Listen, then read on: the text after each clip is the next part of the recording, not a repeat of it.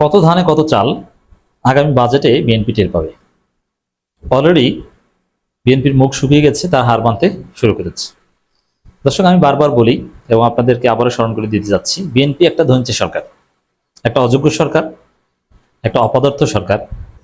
তারা দেশ চালাতে পারবে না, বাংলাদেশটাকে ধ্বংস করবে। গণঅভ্যুত্থানের মুখে তাদের পতন হতে পারে, যদিও যদি তাদের টনক নড়ে, যেটা আমরা আর পারছি না, আসেন আমরা সবাই মিলে জাতীয় সরকার করি, জামাতের যে চিন্তা ছিল, ইউনূস আপনাকে রাষ্ট্রপতি বানিয়েছে, আপনি দেশটাকে বাঁচান, এরকম করলে হয়তো বা টিকে যাবে। কিন্তু স্বাভাবিকভাবে যে স্টাইলে বিএনপি দেশ চালাচ্ছে, পদে পদে যে মারাত্মক ভুল, তাতে বিএনপি সরকারের পতন অনিবার্য। মানুষ ক্ষুব্ধ হয়ে রাজপথে নেমে যাবে, এতে 1.5 বছরও লাগবে না। এবং বিএনপিকে জয় বাংলা করে দিবে ভারত, আমেরিকা এবং সিভিল মিলিটারি ব্যুরোক্রেসি, তারাই হাত ছেড়ে দিবে। কারণ এই বিএনপি দিয়ে কিছুই হয় না। আপনারা সহজেই দেখছেন যে বাংলাদেশে কোনো জ্বালানি সংকট নেই, তারপরও যে ভয়াবহ সংকট, মনে হয় যেন বাংলাদেশে হামলা করেছে ভারত আর পাকিস্তান মিলে। জ্বালানি সংকটের কোনো কারণ নাই, কোনো জাহাজ আটকে পড়ে নাই, জ্বালানি সরবরাহ আমদানি কোনো কিছুতে কোনো ভাটা পড়ে নাই, কিচ্ছু না, পর্যাপ্ত মজুদ সব আছে। অথচ বিএনপি এমন ঘটনা ঘটিয়েছে যে সারা বাংলাদেশের পেট্রোল পাম্পগুলোতে কোথাও জ্বালানি পাওয়া যায় না। এর মানে সংকট না থাকলেই, সংকটের কথা মুখে বলেই যে বিএনপি একদম সবকিছু তছনছ করে দিতে পারে। আর সংকট হলে বিএনপি বাংলাদেশকে দেউলিয়া বানিয়ে ফেলবে। শ্রীলঙ্কা যেভাবে দেউলিয়া হয়ে গিয়েছিল, বাংলাদেশকে সেভাবে দেউলিয়া করতে পারে বিএনপি সরকার, আমি যথেষ্ট আশঙ্কা করছি। আগামী বাজেটে দেখবেন যে বিএনপি কি করে। টাকা নাই, তারেক রহমান সংসদে বলছেন যে আমি দায়িত্ব নেওয়ার পর দেখছি যে বাংলাদেশের অর্থনীতি একদম ফোকলা, অর্থ পাচার করে বাংলাদেশের অর্থনীতিকে নাই করে দেওয়া হয়েছে। এখন অর্থ পাচারের কোন কোন দেশে পাচার করা হয়েছে, কত টাকা পাচার করা হয়েছে, এগুলো ডেটা দিচ্ছেন তারেক রহমান। অথচ তারা নিজেরাই অর্থ পাচার করেছে কত, তার হিসাব নেই। এমনকি 5 আগস্টের পরও বিএনপি নেতা সর্বপ্রথম বাংলাদেশে অর্থ পাচার করে যুব দলের সভাপতি এবং সেক্রেটারি এস আলমের কাছ থেকে ইসলামী ব্যাংক দখলের জন্য 200 কোটি টাকা নিয়ে 180 কোটি টাকা পাচার করেছে। এবং এই বিষয়ে মামলা হয়েছে, কিন্তু বিএনপি ক্ষমতাকে ব্যবহার করে এই ধরনের মামলা টামলা নাই করে দেওয়া হচ্ছে, টেবিলের নিচে চাপা দেওয়া হয়েছে। তো দর্শক, আপনারা জানেন যে বাজেট হবে এবং জুন মাসে বাজেট উত্থাপন করা হবে এবং পুরো জুন জুলাই জুড়ে বাজেট অধিবেশন হবে এবং শেষ পর্যায়ে বাজেট পাস হবে। এখন হাসিনা উচ্চাভিলাষী বাজেট করতে অভ্যস্ত ছিলেন। হাসিনার ফেসিবাদ ছিল, কিন্তু তারপরও হাসিনা বাজেট করতেন, বাজেটের একটা বিষয় বাস্তবায়ন করতেন, বিদেশ থেকে টাকা আনতে পারতেন এবং অনেক কিছুই করতে পারতেন। এবং হাসিনার যে উচ্চাভিলাষী বাজেট, এটা দেখতে দেখতে মানুষের এমন একটা অভ্যাস হয়ে গেছে, সেখানে যদি বিএনপি সরকার দেখে যে তাদের বাজেট হচ্ছে খয়রাইতে বাজেট। যেমন আপনি ঈদের সময়, আপনি যদি বড়লোক ফ্যামিলির ছেলে হন, আপনি কোনো বড়লোকের স্ত্রী হন, আপনি ঈদের সময় 2-10 লাখ টাকার শপিং করেন।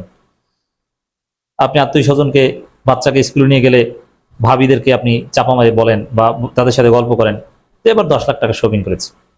কিন্তু কোনো একটা ঈদে সে ভাবিদের কাছেই যদি বলেন বাচ্চাকে স্কুলে নিয়ে যে, মানে বাংলাদেশের বড়লোক ফ্যামিলির মেয়েরা, গৃহবধূরা, তারা বাচ্চাকে স্কুলে নিয়ে যে সেখানে বসে ভাবিদের সাথে গল্প করে, ফ্যামিলির নানা আলাপ করে। আমার অবশ্য এই আলাপে কিছুটা অংশগ্রহণ করার সুযোগ হয়েছে। প্রথম দিকে অল্প কয়েকদিন বাচ্চাকে নিয়ে স্কুলে যেতাম, তখন দেখতাম যে তাদের টপিক হচ্ছে এটা। এবং আমি যেখানে যেতাম বা শুনতাম, নর্মালি সবাই অভিজাত ফ্যামিলির, এগুলো তাদের একটা এজেন্ডা। এখন একবার যদি তারা গল্প করে যে গত বছর আমার 10 লাখ টাকা বাজেট ছিল, এবার 7,000 টাকা বাজেট, তাহলে মান সম্মান থাকে, সিসি করে, তখন ওই অন্যান্য ভাবিরা তারা ওই ভাবির সাথে কথাই বলবে না। আরে তুমি তো গেছো দেউলিয়া হয়, তুমি এই স্কুলে তোমার বাচ্চা পড়ে কিভাবে, তোমার তো টাকা নাই, শেষ, তুমি যে অন্য কোনো মাদ্রাসায় পড়াও, এই অভিজাত ইংলিশ মিডিয়াম স্কুলে আসার দরকার নেই। তো বিএনপির অবস্থা হবে অনেকটা এরকম।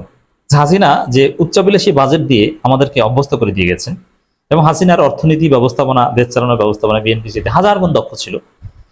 তো সেই জায়গায় যদি কোনো খয়রাইত্যা বাজেট উপস্থাপন করে বিএনপি সরকার, তখন মানুষ সিসি করবে এবং মানুষ বিএনপির বিরুদ্ধে চরম ক্ষুব্ধ হবে। বিএনপি না পারবে হাসিনার মতো উচ্চাভিলাষী বিরাট বাজেট দিতে, না পারবে ছোট বাজেট দিতে, কি করবে? একটা ভ্যাবাচাকা খাওয়ার মতো অবস্থা। আবার ওই বাজেটের সময়টাকে কেন্দ্র করে রাজপথ উত্তাল হবে এবং ওই সময় জ্বালানি সংকট থেকে শুরু করে বাংলাদেশের ভয়াবহ সংকট, ঋণের বোঝা আরো মারাত্মকভাবে সামনে আসবে।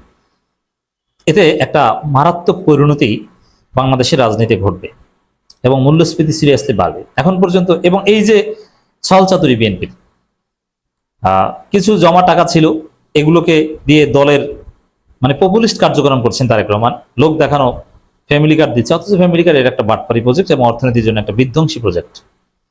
কোনো কাজ ছাড়া বসিয়ে বসিয়ে টাকা দেওয়া এটা বাংলাদেশের মতো অর্থনীতিতে সম্ভব নয়, হয়তো অপরাধ বৃদ্ধি পায়। কাউকেই বসিয়ে বসিয়ে টাকা দেওয়া উচিত না। নিজের গর্ভের সন্তানকেও একটা নির্দিষ্ট সময় পর বসিয়ে বসিয়ে টাকা দেওয়া যায় না বা কেউ দেয় না। এখানে বসিয়ে বসিয়ে বিনা কাজে টাকা দিবে, এর চাইতে কোনো ফালতু কাজ আসমানের নিচে জমিনের উপরে হতে পারে না। তা এর যে নেতিবাচক প্রভাব এবং এই খাল কাটার নামে যে মহা দুর্নীতি হবে, এগুলোর ফল সবকিছু সামনে আসবে জাতীয় বাজেট প্রণয়নের সময় আসলে। তখন বিএনপি টের পাবে যে আসলে আমরা কি করেছি। এখন পর্যন্ত তো জমানো টাকায় ফুডানি করছে, কিন্তু বাজেটের সময় সব ফোকলা হয়ে যাবে।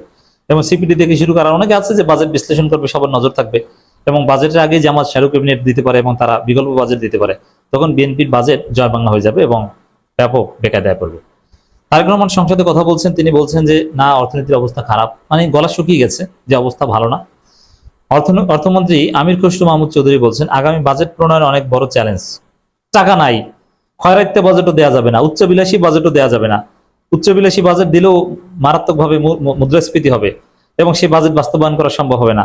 আর বাজেটের সাথে প্র্যাকটিক্যাল কার্যক্রমের কোনো সম্পর্ক না থাকলে সবকিছু তো উলটপালট হয়ে যাবে, এলোমেলো হয়ে যাবে, কি হবে?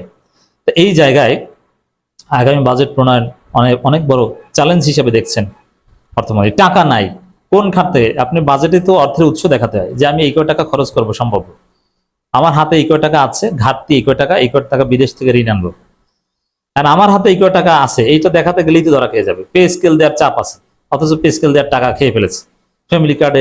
ফ্যামিলি কার্ডের নামে দলের লোকজনকে ফাও টাকা দিয়েছে, ঈদ গিফট টিপ দিয়েছে, এখন টাকা নেই। আবার দেখেন বাজেট পেশ করতে অত্যন্ত দক্ষ অর্থনীতিবিদ লাগে। এই জন্য বাংলাদেশের ইতিহাসে যারা অর্থমন্ত্রী ছিল তারা সবাই ছিল ইতিহাসের অন্যতম সেরা অর্থনীতিবিদ। যেমন বাংলাদেশের ইতিহাসে অন্যতম সফল অর্থমন্ত্রী ছিলেন সাবেক বিএনপি নেতা সাইফুর রহমান। সাইফুর রহমানের মতো দূরদর্শী অর্থমন্ত্রী বাংলাদেশের ইতিহাসে বিরল ছিল। এবং বাংলাদেশের ইতিহাসে আবুল মাল আব্দুল মুহিত ছিলেন অত্যন্ত দক্ষ, অভিজ্ঞ এবং একজন জ্ঞানী অর্থনীতিবিদ। সে আবুল মাল আব্দুল মুহিত, সাইফুর রহমান, শাহ এস এম কিবরিয়া, এই যে রেজা কিবরিয়ার বাপ, তারা সবাই অর্থনীতিবিদ ছিলেন। আর এখন আমাদের যিনি পরবর্তী বাজেট পেশ করবেন তিনি এমন লোক, আমির খসরু মাহমুদ চৌধুরী, অর্থনীতির পরিভাষা তিনি ঠিক মতো উচ্চারণ করতে পারেন না, অর্থনীতির গভীর কোনো জ্ঞান নেই এবং এই সেক্টরে তার কোনো অভিজ্ঞতা নেই। তিনি বাণিজ্য মন্ত্রী ছিলেন এবং মাঝে মাঝে দুই একটা পরিভাষা চয়ন করেন, যেটা শুনলে বোঝা যায় যে আসলে এই লোকের কোনো একাডেমিক জ্ঞান নেই। ভালো কোনো একটু খেয়াল করেন সাইফুর রহমান কে ছিল। এই যে সাইফুর রহমান কিন্তু অনেকে চেনেন না। আবুল মাল আব্দুল মুহিত, তিনিও মারা গেছেন, তাকে তো সবাই দেখেছেন, বারবার সবচেয়ে বেশি বাজেট পেশ করেছে আবুল মাল আব্দুল মুহিত। তো আবুল মাল আব্দুল মুহিত তিনি বিশ্ব ব্যাংকে চাকরি করেছেন, এই জায়গায় করেছেন, সেই জায়গায়, মানে ঢাকা বিশ্ববিদ্যালয়ে ফার্স্ট ছিলেন, অন্যরকমের একটা অবস্থা। এছাড়া এই যে রেজা কিবরিয়া, বিএনপির এমপি, তিনিও বিশ্ব ব্যাংকে চাকরি করেছেন, অর্থনীতি পড়াশোনা করেছেন। আর আমির খসরু পড়াশোনা করেছেন কোথায় আর চাকরি করেছেন কোথায়? তার দক্ষতাটা কি? রাজনীতি করা আর শেয়ার ব্যবসা করা ছাড়া তার কোনো দক্ষতা নেই। এরকম একজন অপদার্থ লোক বাজেট পেশ করবেন, তাহলে বিএনপি টের পাবে যে আসলে দেশটা কিভাবে জয় বাংলা হয়ে যাচ্ছে বিএনপির হাত ধরে।